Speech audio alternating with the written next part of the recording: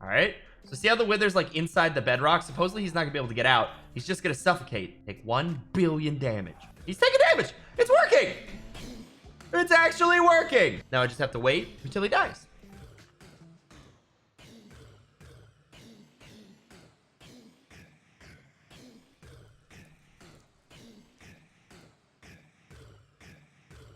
Kind of rhythmic, dude. Somebody remix this into a song. Drop the wither!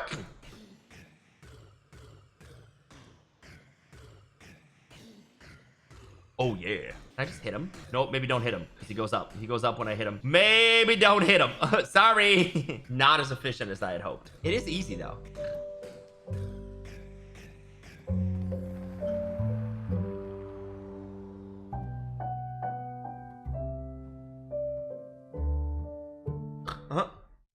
Oh, hey.